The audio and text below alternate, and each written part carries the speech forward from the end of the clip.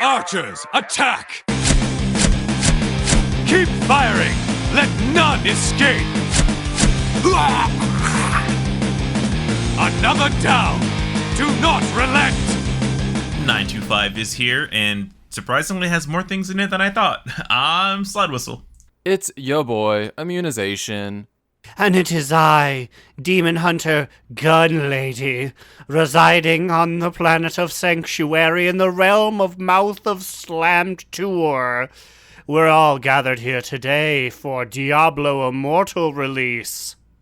I was so confused. I was like, Aaron would never make a Demon Hunter and play a Demon Hunter, so what's going on? But then Diablo, got it. Yes, and I am residing in Sanctuary. I played for 30 uninterrupted minutes and went, this is just 3, but not as good. Damn, if I would have known that, I would have been like, hello, I am Peter Pickles, the Paladin. And I also played for 30 minutes uninterrupted, and I agree with everything you said. It's about the same, just worse 3. And if I knew we were doing this bit, I would be like, hey, it's your boy, Immunization. I have no interest in this game, so I logged 0 minutes on this game. I did not install it. I haven't really played 3, and I don't really care about Diablo, so. Oof. This won't be a lot of Diablo talk, but what is really unfortunate is that I can't really, like, fully judge the game until I get into, like, high content, and then I gotta play more of it. You know what I mean? Yeah, like, and Diablo's always been like, the focus is the, not even post-game, but the post-game. It really doesn't open up until you're doing demon trials on your 4th playthrough. And I was like, I don't want to get there. I've never beaten a Diablo game still. I've gotten really close. 3 is pretty easy to beat. There's only 4 levels.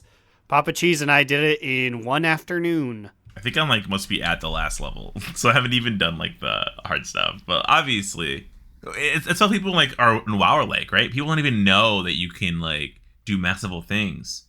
Whoa, That's kind of crazy. People get to 60 and the end of the storyline, and they're like, "Well, that's it." Like, but they don't do patterns and patterns. They don't talk to Bolvar to fight the Yaler.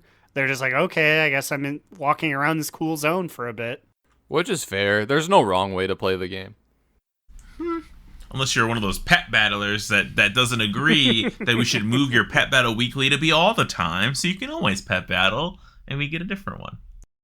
925. It's here. And like I said in the opening, I actually am legitimately surprised at the amount of things that are in this patch that they didn't even mention. And like I kind of like that because it's secretive and like there's things that we're discovering on patch day. But then I kind of hate it because I'm used to knowing everything that's going to be in it. And I feel like they really undersold this one. Yeah, I feel like they really got their shit together with encrypting things. And, you know, a lot of people surmised that we were getting some kind of Dark Ranger type thing with, like, Kalia. And that's exactly what we got. So I guess we could start talking with that because I believe all of us did that storyline, right? Yes. Do we know how it starts for the Horde? Because for the Alliance, Genethan Greymane calls you over and he's like, they're doing something weird in old Lordaeron. I want you to go spy on them. Yeah, I don't know how it starts on Horde, so I guess if any listeners know, let us know. But yeah, so as we know, Genethan himself and fake Growlina help you disguise yourself as an undead to go snoop on him. Well, when I played, it was a man. It was Growlimbo. So there is some Worgen mage who is not me. I would have easily answered the call again. I would have given up my entire adventure, but you fucked up. That's interesting because, so what character were you on when you were doing this? You know what? I do wonder if it was a mix-up because I also did it on Papastine, and it was a woman. Only on Growlina, fellow female Worgen fire mage extraordinaire, was it a dude. That's weird. Yeah, I mean, like, they didn't even name this character, so I jokingly sent a meme to our Discord, which, you know, plug for our Discord, come join the fun at donotrelent.com.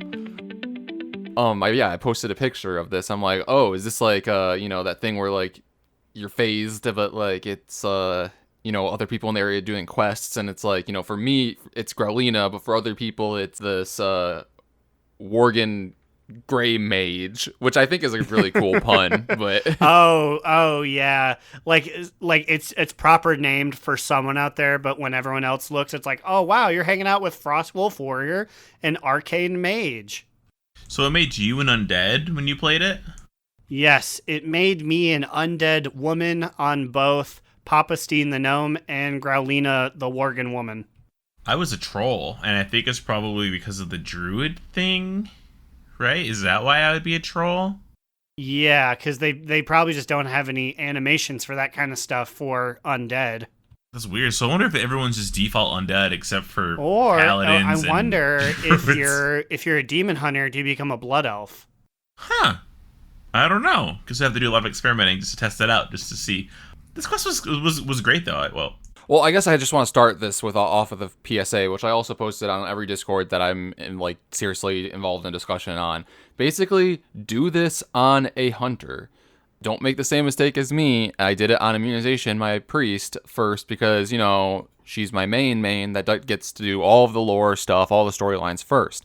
But if you don't do it on a hunter, you do not unlock the Dark Ranger ensemble, because in order to get it, you need to be a hunter, earn the achievement, go to your Legion order hall, and buy it from a dude there. It's weird that you have to buy it from a dude there. Now, have you done it on your hunter yet? I'm like an 80% of the way through, but then we ran into raid, and I haven't had time to go back and finish it up yet. So is there any indication? Does it tell you to No, go buy it? I was just about to say, because I have done it on Papastine, you do not get any sort of indication. You end the quest by talking to Dark Ranger Velinara, and she's not like, you have gained my friendship. There's something special waiting for you. It's just like, you had to hear it on the schoolyard from Jim in the 4th grade. You have to go to True Shot Lodge and buy that. Yeah, so doing it on my priest did not unlock that on my hunter, but doing it on my priest did unlock it for all of my other elves to go to the barbershop and get their Dark Ranger elf type appearance. So basically what I'm saying is just do it on a hunter, whether it's elf or not, and that should unlock everything for you. I just don't really get why you have to do it on your hunter. Like, if you unlock Night Elf customizations on your Draenei, then why do you have to get out of your hunter to unlock the hunter clothes? It just seems redundant. Yeah, I don't know. I'm kind of mad about it, but at least It's also because it's not difficult. It is both 5 quests long and are done by someone who just freshly dinged 60. So it's not like you need to show true power as a hunter. It's just tedium. Well, I just don't get why they just didn't have the person at the end of the quest line hand you the hunter ensemble and be like, only hunters can use this, but you can learn it on this account. I'm like, yeah, thanks.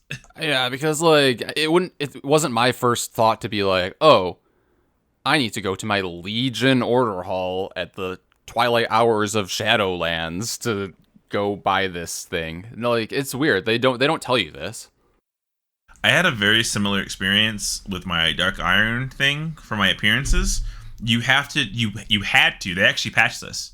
You had to do it on the character that you got to level 50 or that got you the achievement for having heirlooms, and then you get the heirloom weapons. You have Felipe, the now Dark Iron dwarf paladin, who's really bussin', but you had to go back to Brainbuster the monk to do this.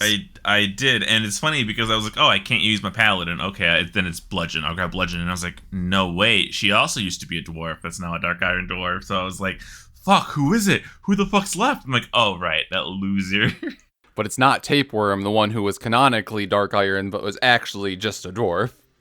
And now, yeah, I got a lot of Dark Iron lore going on. And he should just be a Dark Iron. But at this point, I can't pay for another Dark Iron race change. I've already paid for 2. I can't do a 3rd one. Can I? You can. I mean, everyone's buying them nowadays. Yeah, they are slightly less expensive now.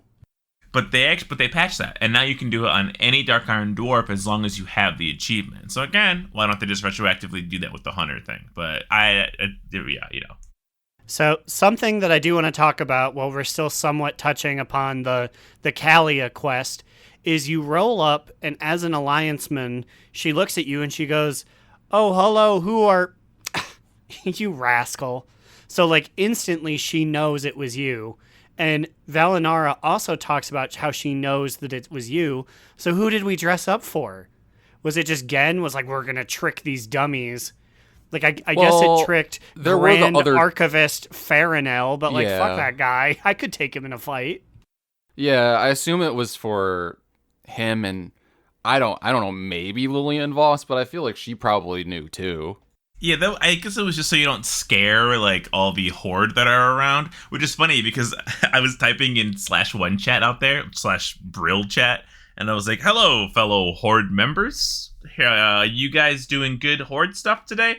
And everybody, like, people were responding like, yes, I found a spike in the ground today, and I am doing things with it. Like, everyone was pretending to be horde.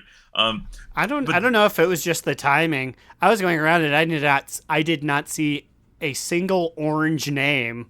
I was like, fuck me, it's just all us out here, huh?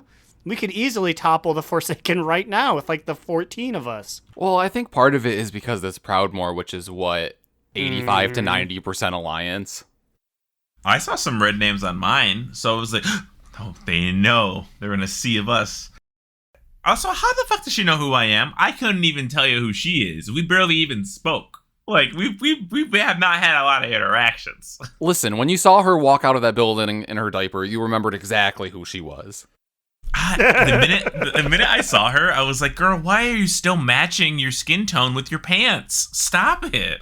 It's like, we need to call upon the newest member of the Desolace Council. You just heard, Kalia, is that you crinkling over there? That's the sound of her casting her little magic spell on her shoes. But okay, basically the storyline is Kalia trying to earn the trust of the other Forsaken people who would eventually form the new Desolate Council. And you work with all of them to basically create a new army of plague devourers so that they could clean up all of the plague and blight that Sylvanas dropped on the area, right? Yeah, because when you first get in there, there's like those skeletons that she made when she blighted everything. Mm. Yo, those skeletons are some of the coolest models I've seen.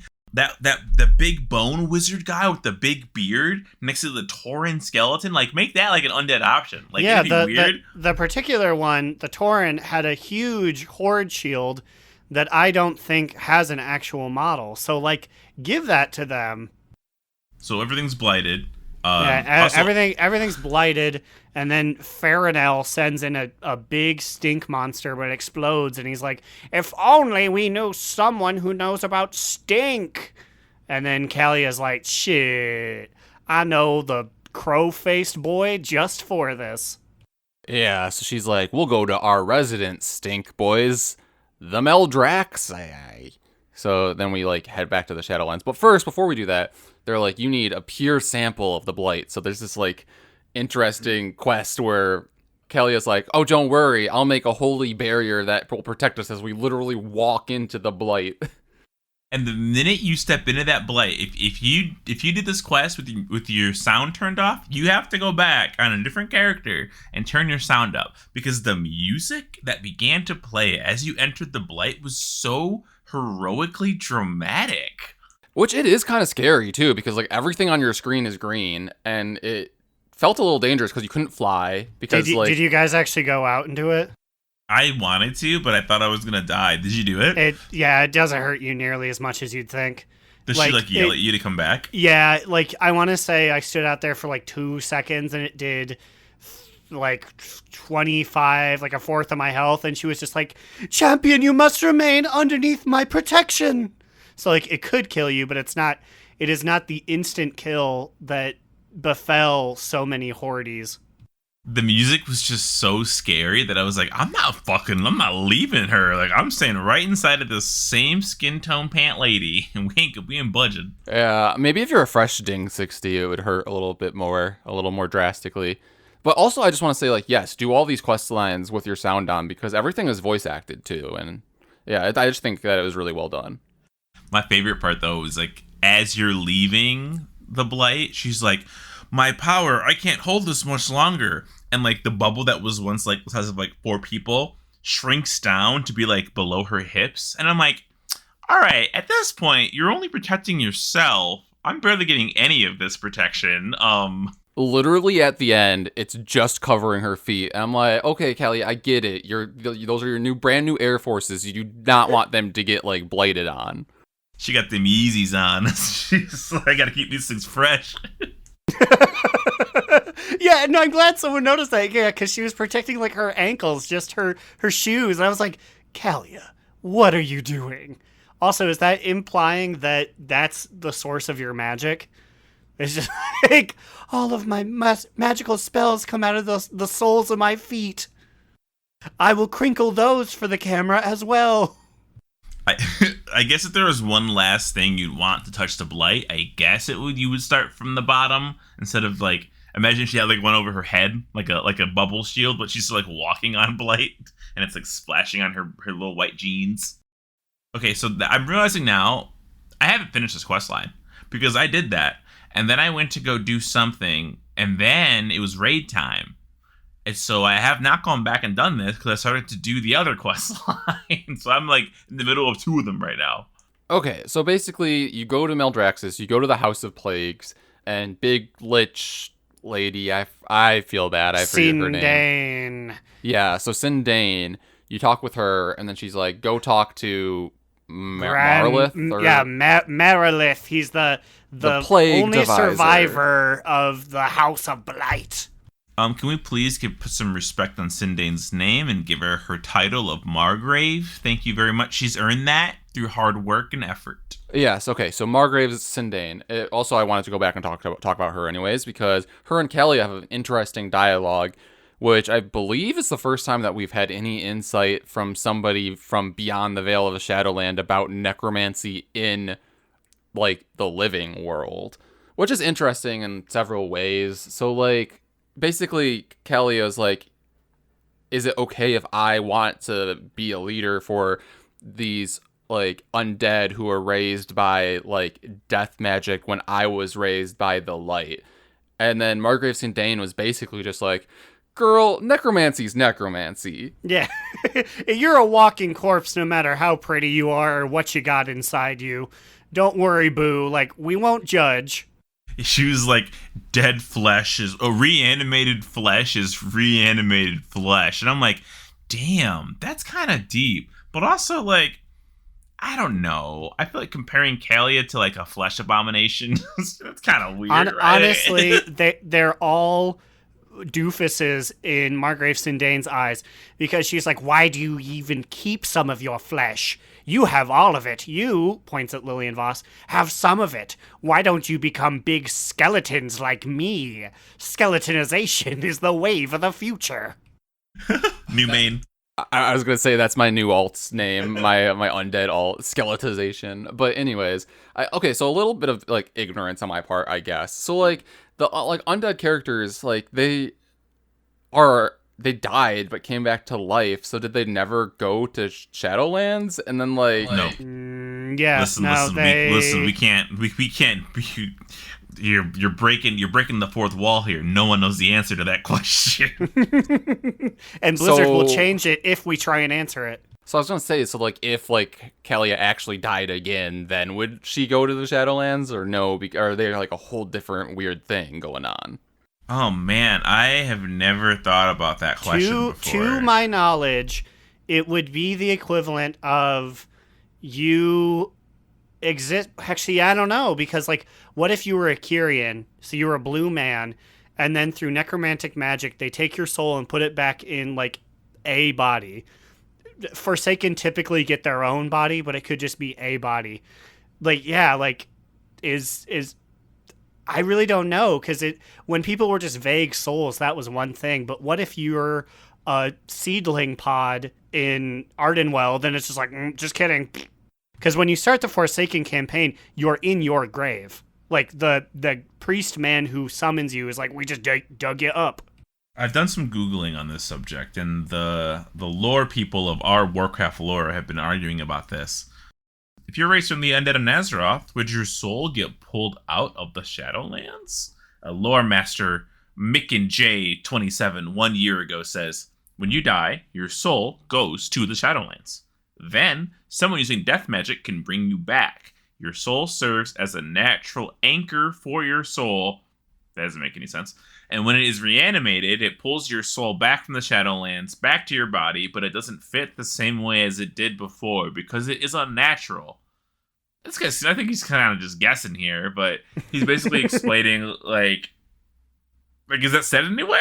Like, has anyone said that before? Well, I guess this could be in the same line as, like, the jailer and Odin and Mazala and all of them intercepted souls before they were sent into their proper place within Shadowlands. So maybe necromancers in Azeroth also could somehow have a way to intercept these souls and put them back into bodies. I don't know. What I want to know is if they're able to bypass the laws of death like this so easily, why are we only doing it for humans?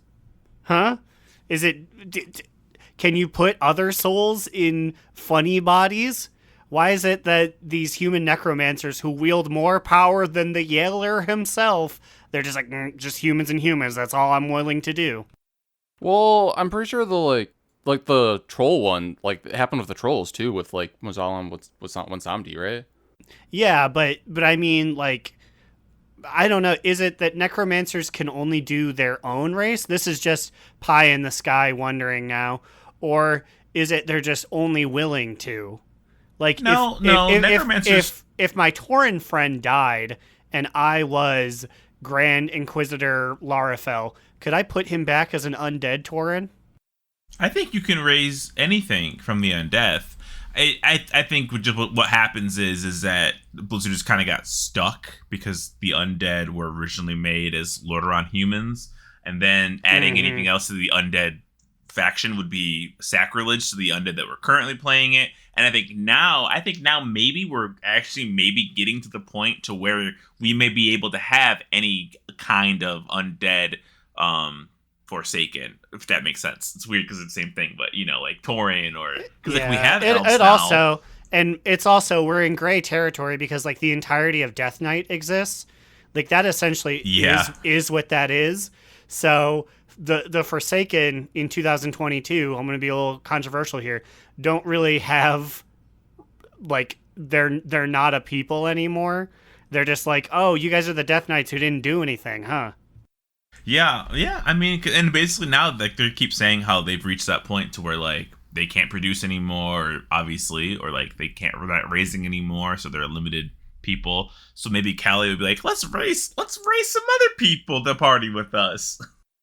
Yeah, so I feel like that's, like, the main storyline here. I mean, you go through the House of Plagues, which is Plaguefall, and you basically fight this giant Lordaeron soul creature thing. And then your little dude that you brought there gets strong enough, and then they find ways to copy it, and then you bring all those copies back to Lordaeron and air bomb them all over the Blight, and it just snacks them all up, and then that's the end, I think. Yeah, right? well, it makes a huge Blight man, and then you throw magic at him, and he dies, and then you land, and everyone's like, Kalia, you came up with a great plan here. We accept you. And then there's a special Kalia Lillian Voss cutscene that for the life of me, I could not trigger, so it might just be Horde only. Oh my god, I didn't even know that there was supposed to be one, because I never got that. Yeah, it's just you go in there, and Kalia looks at the bloodstain, and then Lillian Voss is like, you gonna be okay, pal? And it's like, how will they accept me when this is my legacy? This is my family's legacy. Arthas being awful and my dad being a bloodstain. And Lillian Voss was like, my dad was bad too, but, we're our own ladies. Snip, snip, snap in a Z formation. And she's like, you are correct, Lillian. Snap, snap. Two things. I think that this is a really good strategy. Having Kalia be very doubtful that she could do this makes her very sympathetic to the current undead who currently have no ma. Their ma left them. Their ma said, fuck you kids, I'm leaving. They ain't got shit. They just got released as like a little mini slave race arc. Yeah. No one talks about the fact that in Ogrimmar they were in like stocks and like they were getting rocks thrown at them since the end of BFA. Getting tiffined. But yeah, and then like yes, they're making Kalia sympathetic, but then also time and time again she said, I don't want a throne. I don't deserve this throne. I just want to find a way to help like my former people like of Lordaeron. So that's why she was like, I'll serve with you all to try to help them however I can. Yeah, and they've done a good job of like always making her reference like how she just wants to help Lordaeron, how she saw it when it fell, and how she fell in it. But my second thing is, this is a new Lillian Voss model, right? Or has she always had this model, or have we never been that close as like alliance to her to ever see her do anything? Well, the thing is, I've seen her in like 70 million dungeons, but I think this is a new model. Hold on, let me pull up this picture of her that I tweeted about, that I made the fart joke with. Because this is definitely our first time seeing her in a cinematic, right? Well, she just looks older. It's a higher quality, and I feel like she's got more face staples. / her face used to be one thing. Yeah. Now it looks like the front of it is distinctly sewn on. It really looks like, to me like they've made her look older to kind of match how she's like been decomposing. But again, like I said, I guess like we don't see her that much, but we have seen her in a lot of dungeons, and she didn't look like this, right? She looks gauntier. I'd have to go back on like a horde alt because she sits on the boat in Zandalar, so maybe I'll have to go back and look at her there. I like this a lot. Like, I think Callie is cool. I think Lillian Voss is like a beast. Like, if these are the two that are gonna be like dealing with this, like, hey, I'm cool with the undead. Yeah, I mean, technically the council is the two of them, Dark Ranger Velenara and the one potions guy. Well, and guard captain Belmont, who has the very, very dumb hair. That was the worst part of doing this quest was, I had to look at Belmont's like medieval mace hair, and I was like, even if you are undead, how does hair get that? How do I know his name so well? Is he involved in like early questing or something? Or like, maybe he's beating my ass. Is he a guard for Sylvanas in her room? No, either that or if you ever played the Shadowfang Keep for the Horde, he is the guy you talk to. Okay. Well, I haven't done that, I don't think. I mean, Well, I have. I don't know. Also might be Gilnean. Belmont sounds familiar. There's a lot of history and lore that we don't know. Oh, well, the big conclusion here is that Kalia sends you back with a letter to Gen. And Aaron, do you want to do the honors of this one? Well, of course, yes.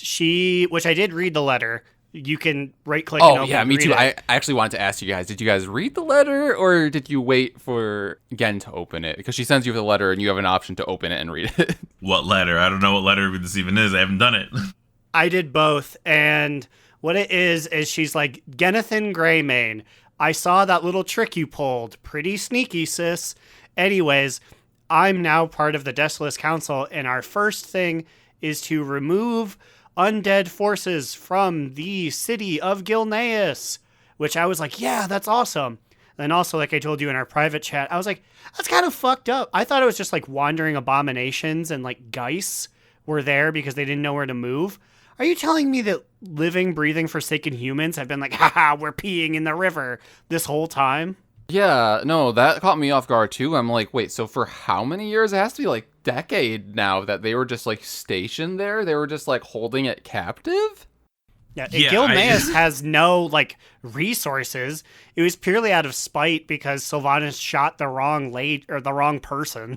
It's just like, I don't want anyone to find this embarrassing Liam body here. Hold the city.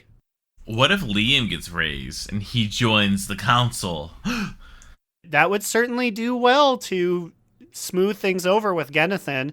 I mean, he was absolutely happy when the note came. He did a full 180 and was like, perhaps we can trust our undead friends in the north.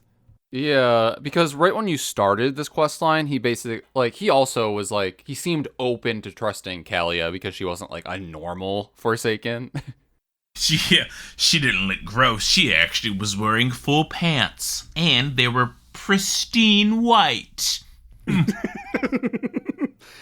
Her insistence on wearing a diaper shows that she's willing to be hygienic. That's something that the new Forsaken will stand for. Not a single doo-doo stain on her pants, because it's all in her diaper. We will send Gelbin over, seeing as he has plenty of experience with, specifically Prince Erasmus over. Yeah, I was gonna say. Since he has plenty of experience with diaper usage. Okay, but I do want to talk about the Dark Iron questline, because I did it. Do you guys have Dark Irons? I did. Okay.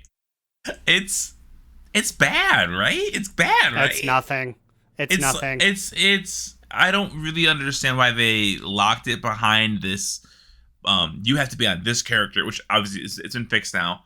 But like even the weapons are very cool. Don't get me wrong, the weapons look sick as fuck. But the story to do it is it's nothing. It's not even a story. It's literally like 3 fetch quests where you're just like, they're like, go find me the iron ingots and we'll show you how to do this. And you have to run around this horrible fucking maze, which I know this maze.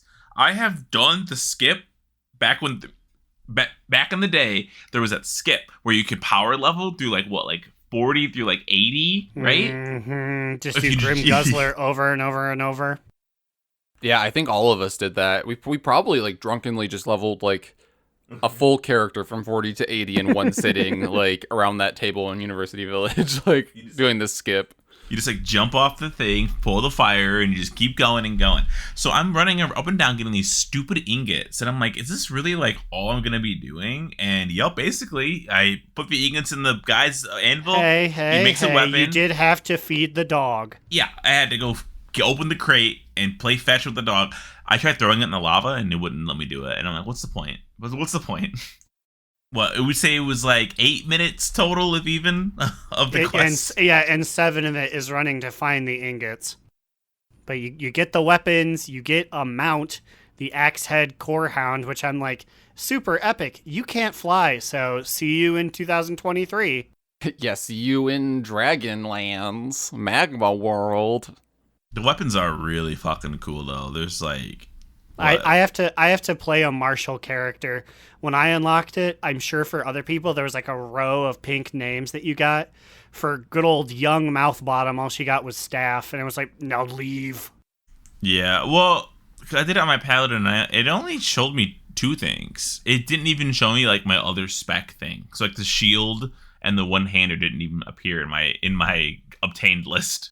I wonder if it unlocks all the things that you can't use, even for characters that like you can use them. Yeah, it does. It does because it unlocked a staff that I put on my druid. So, I mean, the weapons they're cool, but I guess if none of us have blood elves, but if we had a massive blood elf, we could go get the mount and the weapons. I was thinking about like, yeah, I'd have to put in a lot of work because blood elf is old, so not only do you have to get it to 60 now. You have to get exalted with Quel'Thalas, and you have to do the secret dungeon, and then do whatever small thing you do here. Do we know if you unlock these, can you mog the Alliance ones onto Horde characters and Horde ones onto Alliance characters? I don't know about that, but I do know you can use the mount 100% cross-faction. The weapons would make probably less sense if you could do that, considering how iconic the Blood Elf one is. But, hey, that'd be cool. Yeah, no, that's mainly the reason I was asking, because the Blood Elf polearm in particular is so cool looking. So, I also saw today, there's specifically a Blood Elf Paladin set as well, right? I have no idea. Is there? Oh, is it like the Hunter thing? I think it might be a thing, sort of like that, where if you do this little quest, not only do you get the weapons, but you get a distinct Blood Elf Paladin set. I may be Squidward tentacles over here. I may be spreading misinformation. But I swear you're right. I saw that. Yeah, have they not had a heritage quest line before? No, they have. Oh, they haven't? This is their first ever? I don't think. I think, for whatever reason, once again, could be Squidward, I think this is the first time they're getting a heritage quest. Oh, well, it's just for the Paladin stuff, right? Yeah, so Blood Elf Paladin Ensemble, Blood Knight Syndication. Paladins, when completing this quest, receive the Transmog set. They just give it to them. Whoa. like you should do with everybody else for the hunter stuff. Ooh, it's got 5 different cloaks. Damn, or they put 4 different cloaks in this thing, so you can pick and choose your set. That's nice. Okay, but like this gear looks very. I mean, like the helmet looks cool. It looks very similar to an existing gear set that I already use on other characters. But it seems distinctly BC, and I mean that in coloration and kind of like image quality. I mean, like, I guess a set's a set, but yeah. Yeah, it's just very dark red. It's cool. I mean, it's very Blood Up Paladin, so I'm sure they've been. Well, this pole arm you're looking at here is only available, I think, to Blood Up Paladins. Blood Up Paladins will also gain access to a special cosmetic polearm transmog after completing it, which is a complete match to the original one removed in Cataclysm.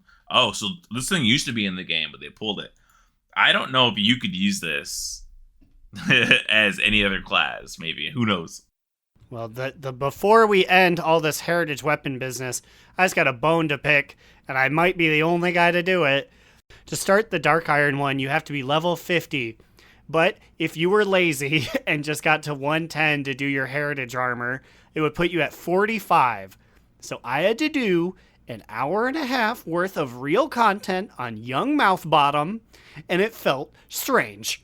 Is this why you were trapped in the mall?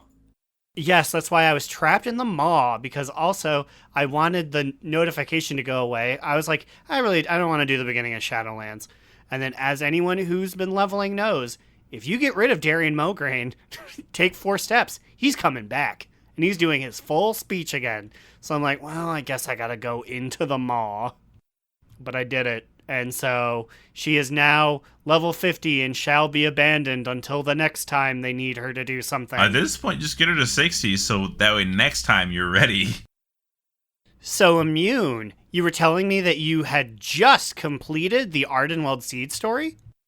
Yeah, you know it. I actually just was telling you how I very much so completed this quest chain immediately before recording, and I am ready to discuss it and know everything about it. And no, I'm not gonna fuck with y'all. I literally just told Aaron that I have not done it, and I will need him to kind of lead this conversation. And Slider over here, yeah, so he's just gaslighting me right now live on podcast. I love my 3 Gs. Girl boss. I'm excited for the implications of this quest, though. Like, I'm gonna get a house again. I was gonna say, no, wait, I guess before we get into it, these 2 quest lines that we got, the Lordaeron one and then this World Seed one, for the 2 of you guys in particular, 2/3 of this podcast, like, you guys could very much so be getting your homes back. Finally, Blizzard is listening to the important people. I was about to say, and who knows, maybe you'll get yours back too. But we did get Argus back, and then Velen was like, ugh, yuck, push it back through the portal. That's yucky. He's hanging out with Muru. But I just want to start this out. Do we know if there's a prerequisite for it? Because Growlina did not have this little fairy boy bring her the quest, but Gelbin 2 did. I mean, on my priest, the fairy was just there to give me the quest. I don't know if I did anything in particular, so I started the quest chain, but I haven't started. Like I picked it up, but I haven't started it yet. Like Gelbin 2 has never been friends with the Ardenweldians. Why was he the one chosen to be the messenger? Yeah, that's what I was gonna ask. I was gonna be like, is his Covenant Night Fae? But no, I guess he's not. He's been a Necrolord the entirety of his brief existence. It honestly was probably just bugged. Or, I mean, there could be a trigger, but with how this has been one of the buggiest weeks that we've seen in a patch in a very long time. I've seen so much shit that doesn't make any sense. So that's probably one of them. But you are met in Oribos in the ring by a little fairy boy who's like, hey, Winter Queen, or she sent a thing to Tyrande and to you. Go check it out. So you fly there, and Winter Queen's like, I have gathered all of the important blue women in my domain, and guess what? Whoop-a-cha! And makes takes the tear of Ysera's tear, the tear of a loon, and turns it into a big green seed. And she was like, with this seed, this is the souls of the people. Oh, also, and yes, they- all of the latent night elf souls that were around flew into the big seed. And but she was like, but they have chose to be a part of this seed because they want to give back and they want to rebirth and they want to, and she's like, build a big city for you guys. If it ain't broke, don't fix it. It's worked 3 to 4 times already. Let's get ready for number 5. So what does the actual storyline, questline thing do here then?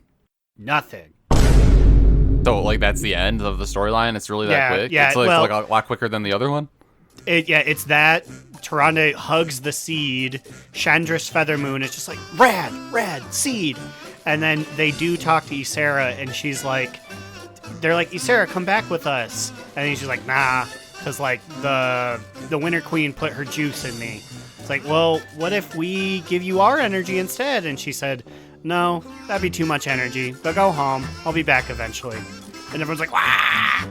Yeah, because see, again, I do think you're underplaying it a little bit. I mean, I feel like this is your night out bias showing again. I can truly tell you, with dragons, druids, and night elves, Ysera sits right in the Venn diagram of Snoozeville for me. Yeah, so like, because you're a night up hater, but yeah, Ysera is very important, and that's why everyone's going because her being back is she will bring back rebirth to our cities. Bitch, she fucking fostered you. That's her house. She let you come into her house, and that's how you treat her. Yeah, see, Worgen are so fucking ungrateful to the Night Elves. It's ridiculous. Well, I Because- can be full of all piss and vinegar now because we're getting the wheels moving on finally getting our own city.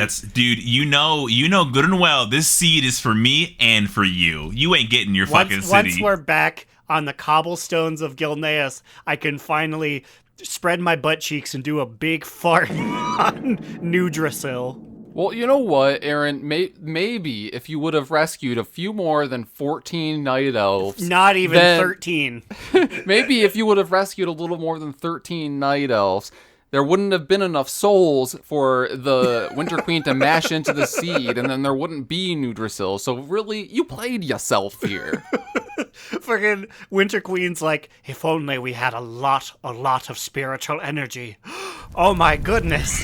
It's all 40,000 minus 13 residents of Teldrassil.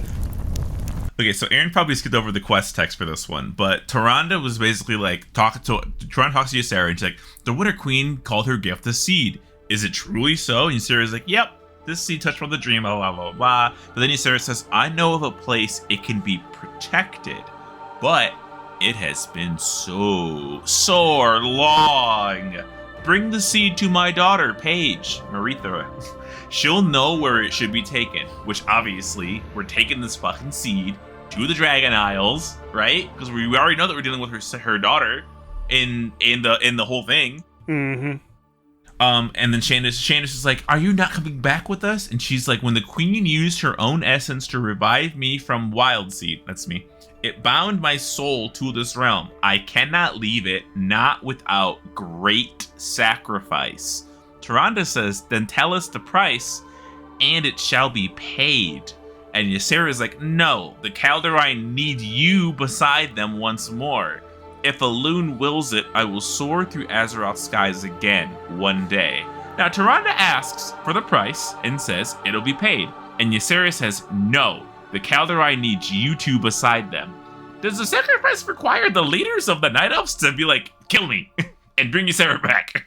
Tyrande, like, comes back from the Shadowlands, and then she wakes up Malfurion, and then she's like, I've been waiting for this one, baby! Humans, like, Night Elf sacrifices Malfurion to bring back Ysera. That's why I kept her old, crusty, musty ass all this time. I let you get bear arms and bird feet just so I could kill you and bring back my mom. Ysera is totally coming back in some way. And I felt that would be a really good, like, capstone to Dragonflight, is, like, we've been in Dragonflight for a while, we've been on Dragon City or whatever, and then, like, there's a cutscene where fucking Ysera, like, flies over the fucking city with her big-ass wings. But what is the sacrifice? we saw that to make the sigil, it cost what's her name? Sugar Sweets. I believe it's Willow Blossom. Willow Blossom. We called her Sugar Sweets for the thing she did later. Woo! And so that was like a 1-to-1 little baby soul for a sigil. Now, what the fuck does it take to bring back a dragon? How many people gotta die? And this is entirely just based on sort of what they said, and then also my insistence that the Night Elves don't need 2 of them. Killing Tyrande after she's already been in the Shadowlands would seem a little soon for me, but I could definitely see like Malfurion being like, I'm fading. I will trade my energy to save my Shandy, the Queen of Green.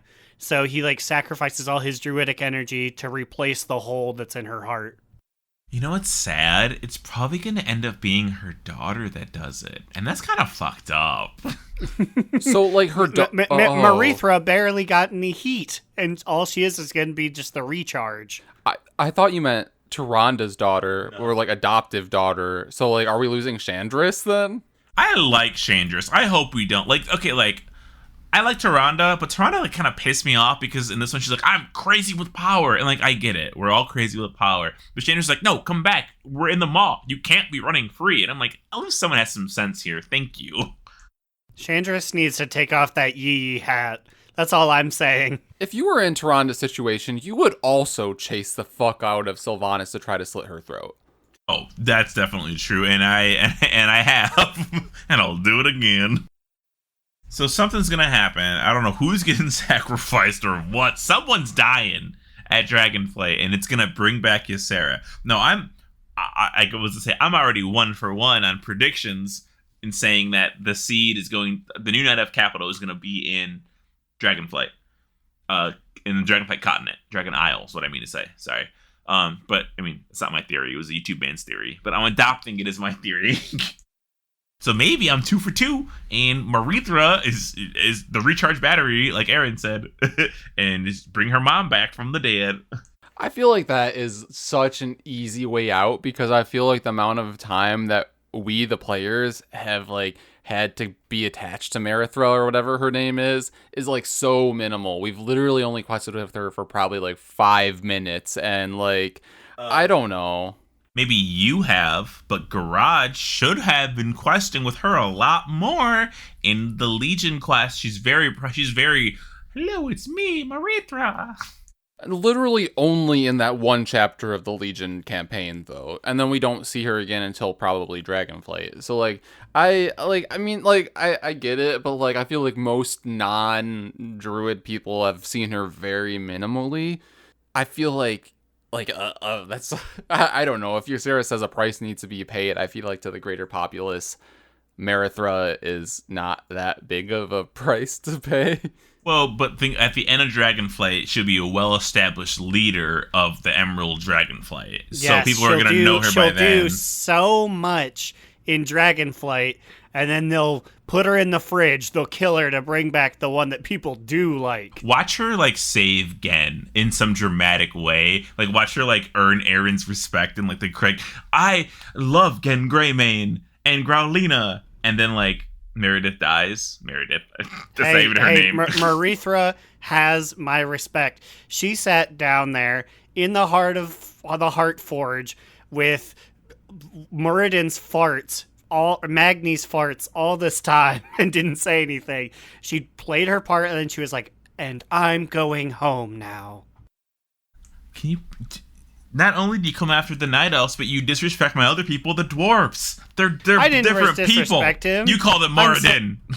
Well, because there's a lot in that family. They're all similarly titled. But no, I knew his name was Magni. You know what? Aaron disrespects your people in particular, but like probably sometimes my people, but like mainly your people, Slide. But like we don't ever disrespect the Worgen. Every single gnome's name. Pimpty, Skimbleshanks, Gromnol, Wrenchgear. They're all near and dear to my heart. That's just your fucking, what's that toy game from Mechagon called? The little cogs toy with the little avatars? That's just your team for that game. What's that called? What is that? Azerite. Oh God, I forgot what it is. Azeroth figurines. But I love it and also hate it because it's fun for 10 minutes and then a fight will go on for 45 minutes. And it's like, damn, Cogmaster, I really just wish you'd get crushed by junk root. That reminds me, what was it, like 3 weeks ago in Raid where we were waiting for, I believe, Sin to come back, #free Sin, and everyone pulled out those toys and were fighting in like a battle dome on the Anduin platform. And was it, Aaron, was it your figurine that lasted like literally everyone else's? Yeah, it was a Prince Erasmin, but Prince Erasmin himself got smoked, but his chair killed like 8 other guys, including a different Prince Erasmin and that one's chair. I was gonna say, like, we should do that more often during our forever goddamn long pull timers, but then I think everyone was so scarred from Aaron's ghost machine winning that then no one wants to do it again. Yeah, I mean, I guess while we're talking about it, a quick raid update with our group in Uno Mas is that these polls took a long time this week, but we had a few people come from other group because the other group wasn't raiding this week for whatever reason. We got down Lords of Dread for the first time. I believe it only took us like 6 polls or something like that on like this week. We had a few last week as well, but like overall, I feel like it was less than 15 polls, right? Yeah, I believe was like we did it quicker than we did Anduin this week. Yeah, no, and it did take us a while to get through Anduin to get to them. But I am a firm believer that Anduin is probably one of, if not the hardest boss in this tier. So yeah, we got down Lords of Dread, and then we made really good progress on Rygalon last night. We had, I believe, like a 25% wipe or something like that. I think we'll get him next week. Yeah, we got him super low. And that's with all the nerfs, and like we haven't even seen this fight before, like as a group with like this guild. Like our team hasn't seen this fight, so the fact that we got him, what was it, like 20, 30? 25, around there. Like we got him super low for like people not really understanding how like honestly any of the mechanics work, because we haven't pulled Rygalon regularly and normal in like a month. I mean, these nerfs are crazy though, because with Dogs with Jobs we cleared heroic Rygalon before the nerfs. Aaron, it's crazy. Any one of those given mechanics, if you miss them, they would just wipe the raid, and like they made them like so crazy. Barely matters now. There's some that I still don't fully understand. A circle went around me, and I was tied via an ethereal string to a big ball. When I left it, things went okay. When I stood next to it, things went okay. So I was just like, okay, I guess I'll just do something when I get this string. Yeah, so that's an orb that's added in Heroic where somebody needs to soak it and then make it go away. And if you don't, it does like a bunch of damage to everyone or something. And before, like, it needed to be a tank or someone within an immunity to soak it. So like we would have like a mage literally sit in an ice block to soak it, because it would do that much damage. And now I think literally anyone can soak it as long as literally one healer notices that they're soaking it and casts a heal on them. Yeah, I was soaking it with Iron Bark, and I'm like, what is this? Like, this thing would have literally like killed me in 2 ticks. Like, because it was nerfed, I believe, my math is correct, on Heroic by 73%. Yeesharoo. Like, it's because it was made just for tanks, but then I think people started to like bring in like immunities. Like, so like paladins would do it in bubble, or the other immunities would do it. I don't know what else is there. I don't know what else there is. Hunter, I guess, has one maybe. Oh yeah, that's what you're talking about. It does not work. Demon Hunter has one where they go, I am ethereal, for 3 seconds. I don't use it because I'm not a fucking loser. I don't need a vulnerability. I got 40% leech, bitch. Yeah, I think the main one was that, like, in Dogs with Jobs, like, Pew is a frost mage, and he can ice block 2 of them, so... That's all we need. Thanks, Pew. But I guess before we head into, like, our closing segment, I feel like one big thing that happened with this patch that we haven't touched on yet is cross-faction is here. I feel like it's probably one of the main reasons why things are fucked up. I feel like, because that's, like, huge, right? Yeah, wow. My Audacity says it's 59 minutes, and we're just now touching on cross faction. Well, because we had talked about it a lot, and then I don't know what you guys' experience are. I haven't done anything with it. I have, actually. So, we've talked about him kind of in a few past episodes where we were like, who the fuck is Gurg? Because I ran a dungeon with him earlier today where he brought his Horde Druid in, and a few other people in our guild came in, and I healed it, and we just did like a Sanguine 16 or something like that, and it's just funny. So yeah, he's like, he has Horde characters that can do these things, but not an Alliance one. So I guess he's like, I've been waiting for this one, but he was in bear form most of the time, so I didn't notice that he was Horde, so it was fine. But what I think is so funny is now Group Finder, it's like blown up. Like all of these dungeon groups, there's you queue so into many. something and you instantly get it. Okay, so like before, so if I'm, imagine me, I'm an Alliance person. I am looking for a dungeon group at like 11 p.m. on a Tuesday. There's like 6 groups that I want to apply to. 6 groups that are like 15 through 17s, and have a DPS spot for me. There's not a lot of things open. If you go to 3 a.m, there will literally only be like 10 total Mythic Plus groups to queue into for Alliance. I've seen it on a Horde character before, but seeing it now on my Alliance character is jarring. The group finder, you have to scroll through so fucking far to get to the bottom. They're like 96% Horde groups because all of the Horde does PvE, and we can see it in our guild. Literally 6 of us regularly are Mythic Plus, which is fine, but the Alliance people are just like, no, I don't want to run it because I don't like being pressured into timers. And I'm like, what? It's good gear, bud. Come on. Yeah, and I just think to say these groups are really funny. I've jokingly said I will not group with the Volpera because, I don't want to group with the Volpera, those furry fuckers, gross. But, as in they have fur and are gross looking. But anyways, all these group titles are so funny now. They're like 20 to other side, no Alliance, scum. And then I saw one earlier. Do people really do that? Yeah, no, really. And then I saw this one earlier today. It was like 18 Spires of Ascension, no Volpera or gnomes. I'm like, oh, whoa, you're like discriminating against both. You're getting weird up in here. I'm glad because I definitely thought that people would be exclusionary, being like, what, 18 Spires needs Troll for Berserk or something like that. But I am glad that people use it exclusively to hate on other classes. Other races, rather. I saw a screenshot that was no Alliance because Alliance sucks ass. And I saw under it, like 500 was like no Horde because Horde sucks more ass than Alliance. And I'm like, oh no. It'll probably people are convinced that this will all die down in like maybe a month, maybe a little longer. Yeah, it's just trolling. The meme of it is fun, but it's going to be whatever. Me, Immune, and Ahoy did our first pug group with 925, just because like normally we're always online and we're like, hey, that's pug people, and we wanted to get Hordes in our group. We got instead 2 bomb-ass Alliance people that just like destroyed the key, and I'm like, okay, well I guess we can make our 1921 with 2 pugs. Like, what the fuck? Yeah, and we were like, oh, probably most of the applicants will be Horde, but we somehow managed to have a full Alliance group anyways. Accidentally.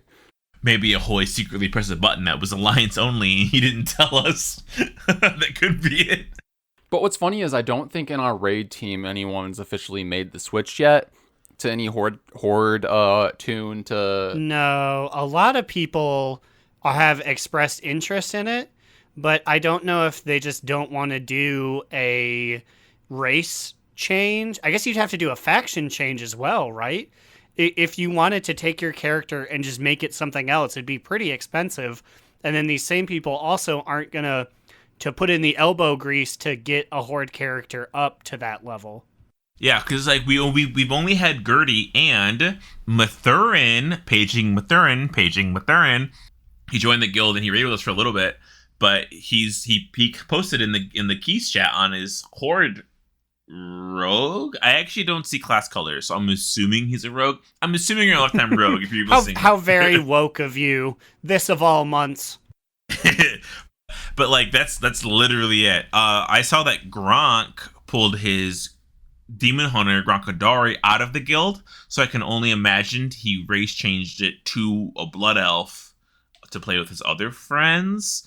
Because like if he was quitting, then his other Gronks would have left the guild too. So I feel like personally, if I was a person who wanted to race change to a horde like version of my characters, just wouldn't, because like then you would not have access to the guild chat, even if like you wanted to like group up to raid with them still. I know there are add-ons and things that you can use so that you can still communicate with them, but our guild doesn't have that set up right now.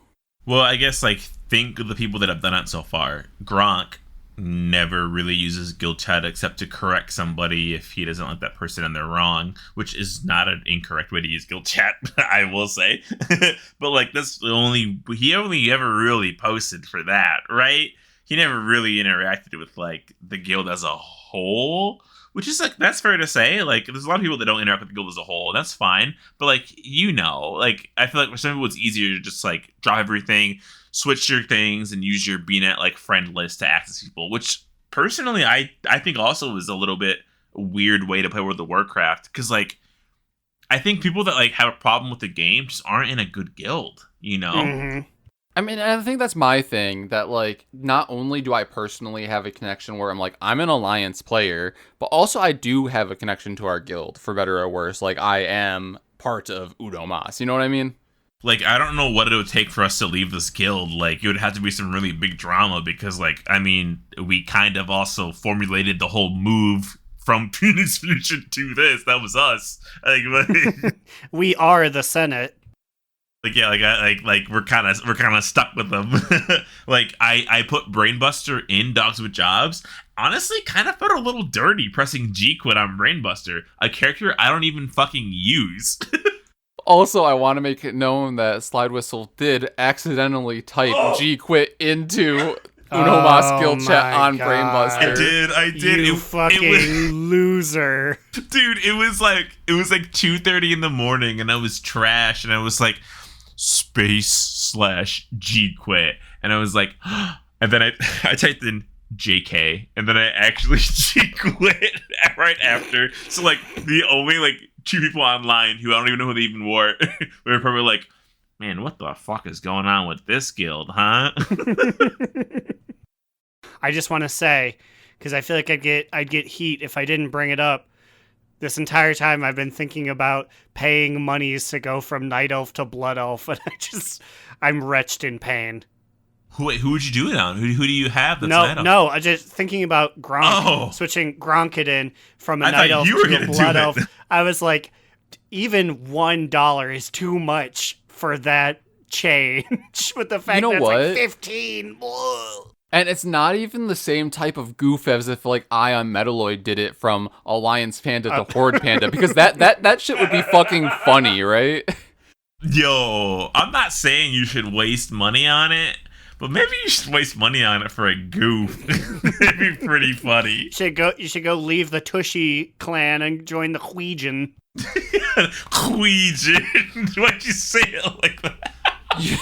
Because I don't know how to actually say it, so I don't. I never said it out loud. You know, I could never fucking join the Huijin clan and only line myself with G fucking Firepaw.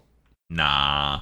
I have to assume that Gronk has friends that are Horde that he's playing with, because you're right though, because like a hunter swapping from Night Elf to Blood Elf is like probably the least substantial change you could make in any class race Especially change. now, every single thing that's come out recently has just been homogenizing all three elves into the same guy.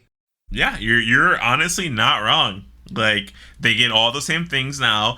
Okay, people had the nerve to be mad that Nightborn didn't get shit, and I'm like, the Nightborn are an ancient and ugly race with unupdated models. Leave them be. They don't need to be, like, uglier.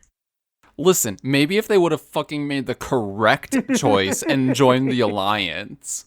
the Void Elves are getting all of the things that they should have said. Look at it, we have to waste all of our trinkets on these guys because you didn't make the right choice. The Void Elves chose the proper way. They waited a millennia, and they were outcasts, and they didn't say, let's summon some demons. They are respected in our community, the 8 of them that exist in the lore.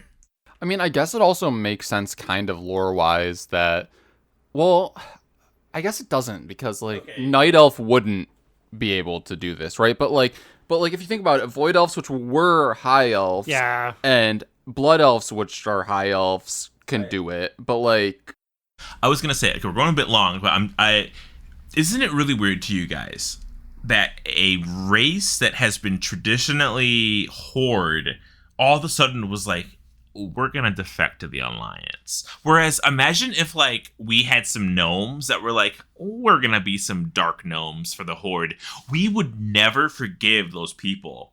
But the Horde don't care as much because the Blood Elves are already technically a stolen race because the High Elves were Alliance, right? Well, because the High Elves have been Alliance for like hundreds, if not thousands of years.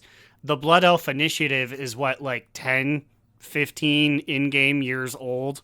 Yeah, and also we got a little bit of backstory with this in the Sylvanas book, actually, where she, as a former one of them, reached out to them and made that alliance to bring them into the Horde. So I guess that's the main reason.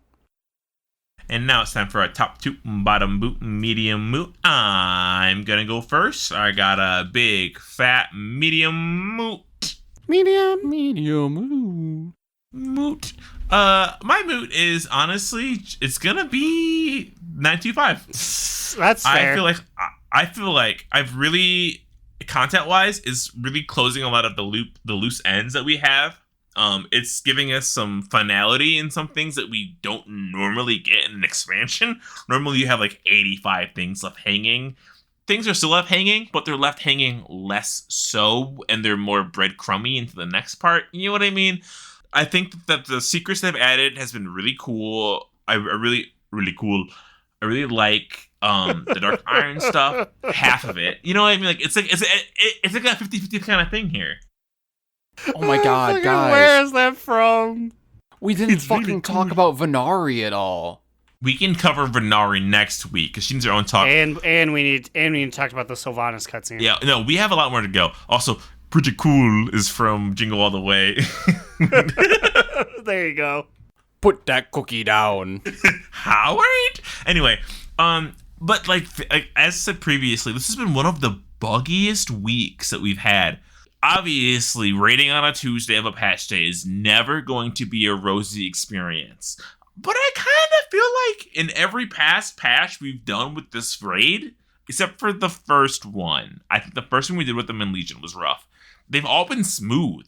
We have had so many disconnections, so many crazy different bugs happening across these fights. A lot of the Mythic Plus dungeons have just been like completely fucked up. Like in Solea's Gambit, like Solea, the last boss, I guess for a while she would just randomly fear herself and run off into the middle of nowhere, so everyone would have to chase her through a bunch of shit, and it would be so annoying to have to deal with. Like people at high keys just couldn't deal with it because you would have to run through a bunch of the AoE damage to get to her. And then there are ghosts in Theater of Pain. So you're trying to dodge the big burly men on the big like oxen or whatever. But sometimes you spawn these little green ghosts, and I guess the green ghosts randomly got like a 100% health buff increase, so you couldn't kill them. And their death bolt, they do a single cast, where it was doing like 50% more damage to you. So it has more health, it's doing more damage. You can't stop it other by interrupting it. And those run out. People were being drilled by those. It's just been a really weird patch. And I'm assuming it has to do with cross-faction being open. It has to be, because this is like monumental. This is honestly probably the biggest patch in WoW. Like, isn't that crazy to think about? Like, this is when like the walls have begun to crumble. Mm-hmm. And it's so buggy, because how can it not be? Yeah, because like none of the, it's not that they're adding a bunch of new content. It's just they're tearing down a bunch of years of spaghetti code, and sometimes they hit something weird as they're mining. Yeah, because for some reason, them coding, like, mechanomes can now group with trolls. Like, that breaks the chain where the ghosties in the last boss of Theater of Pain now, for some reason, do twice as much damage. What the fuck? And I'm sure there's crazier shit that's been happening that no one's even discovered yet, because everyone's doing current content. I bet old raids are probably fucked as shit. But what about you, Aaron? What do you got for a top toot, bottom boot, medium moot? I'm gonna have to say I'm going with the top toot. Toot toot toot! Toot! This weekend, while I was dog sitting, it allowed me a bunch of time to run good old keys. I did some on Growlina. I still need the 2 to go for Keystone Master, but I'll do those soon. And it gave me a bunch of experience on some Lobies. I ran some Booty ATWs, and I ran a lot of Gelbin 2s. I did like 9 keys on my man. So are you liking the rogue life? Yeah, it's interesting. I really like Assassination Rogue, which I never would have thought. Whoa. But I think a lot of it is just because I'm a flips hair in front of eye. I'm not like everyone else. And I noticed that when I would go into keys and stuff, or even just hang around, there was not a lot of rogues. So it feels really interesting to be in there, and I can sort of do my own thing, and people would be like, I guess that's what a rogue does in here. Well, there's no one to argue with me. So, like, Nia Jax doesn't need it anymore because she's left WWE, but basically Gelbin 2 can take her theme song now whenever he enters a Mythic Plus dungeon, because like, he's not like most girls. He's not. He's made of robots. Robots. Yeah, it's robots. But it was a lot of fun. He got a cool new knife. Growlina got a cool new shirt. It's neat. I hope to do more of those. I got my confidence back. Yeah. Yeah, do them. Let's get you Keystone Master. Yeah. Speaking of which, immunization. What's your TTBBMM? Well, I got myself in odd medium moot, I think? Odd, medium, moot. OMM. Okay, so I just want to say that I'm glad that hunters are getting like their own like Mog with this Dark Ranger shit. I'm glad elves are getting their own customization. But basically the medium moot portion is that top 2, also Beast Mastery Hunter got buffed, another 4%, and our AoE does better, so cheers to that. We'll still be a solid number 3 out of the 3 hunter specs overall, but it's something. But the fact that nothing ever really looks that great on a Pandaren, and I'm like, this Dark Ranger elf looks really cool. I'm like, do I? But then I'm like, no, that's a bottom boot if Metaloid ever was anything other than a panda, because that is him. You know what I mean? I'm having a internal conflict right now, which overall resolves to a medium moot with the fact that Beast Mastery Hunter got buffed. So I'm like, I don't know. I feel like a Dark Ranger elf hunter is cool, but Metaloid is a panda hunter. So I'm having an internal conflict right now.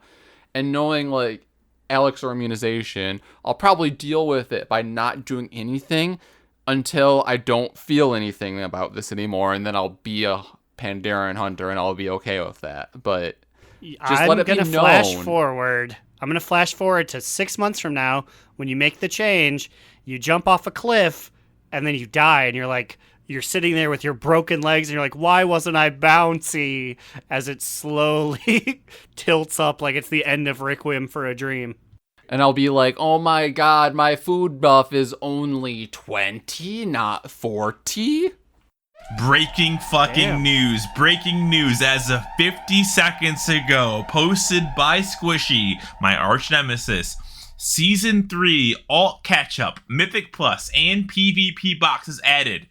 Bind on account boxes for Valor and Conquest. Ooh. I've been complaining about this all this fucking week. There's no way to send Valor to alts. However, now you can buy encrypted equipment chest, which awards a piece of Season 3 Mythic Plus gear for 500 Valor.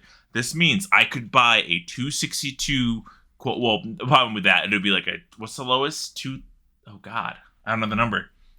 It'll be a piece of dungeon gear that you can upgrade that I could mail to Tapeworm, my 256 Warlock, who has 213 trinkets. And I could mail him trinkets that he can upgrade. And it'll be random because it's the box. I guess my question is, will this be base level 1 out of 12, or will it be like 6 out of 12 or 3 out of 12? I forget how these worked in the last season. I'm also not sure. It just says that the vendor sells these things for Valor and Conquest. It also works for PvP gear, which I'm not talking about because I don't have PvP alts, so who cares? The requirements to buy are as follows. The encrypted equipment chest for Valor requires 1875 Mythic Plus rating. And the PvP one costs 1400 PvP rating, which is standard. I don't know how standard 1875 is with these new numbers we have to deal with. But either way, this is fantastic news because, well, shit, Aaron, what are you at? Aren't you close to being a Keystone Master? I think I'd have to look at the specific things, but I've done everything on a 15 other than halls and spires. Oh shit! But have you done both fortified and tyrannical? Probably not. But either way, like you are, dude. You are like so close to being this one, which means that once you hit it, like, and I think in 2 more dungeons, you can send gear to like literally anybody using Growlina's Valor points.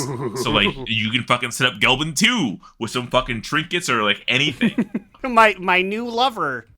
Dude, fuck them or leave them. You know, love them or list them. I love that little diaper butt of his.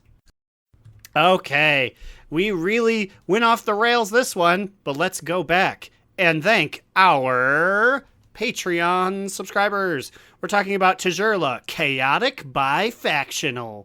4th host of the podcast, Jamunky. Ahoy Vince, a.k.a. Nathanos killed himself to see Sylvanas since she won't even pick up the phone. Inslink / Drag Race. Crucifix, Saracen Hawk. Joe No Nipples Dorno. Gershom. She's never gonna be one of the crowd. Wow! Hoax, asking Growlina to say, for the Horde. Vanderlyle, who asked that you check out projecthope.org and support any of the worthwhile causes they are raising funds for. And Will, a.k.a. Tyre, Trade Chat's fallen father. With that, we're out of here. If you have any comments, questions, complaints, send us an email at donotrelenttpod@gmail.com. Join our Discord at donotRelent.com. Join our Patreon at patreon.com/donotRelent. What about you guys? Where can we find you on the internet? You can find me, Alex or Immunization, on the Twitter at New Era Alex. You could follow our podcast Instagram account on the gram at Do Not Relent.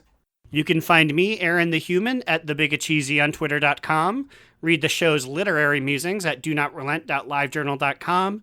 And watch my Silly Billy video game musings at twitch.tv/AaronDNR. Okay, good luck out there. If you find these secrets, let me know, because we got more to talk about next week. We got a lot of content to go through, boys. You know it. And remember... Another down! Do not relent! Do Not Relent is a podcast within the 3HNC network, representing U.S. Proudmoore's premier podcasts. That was a very good wish.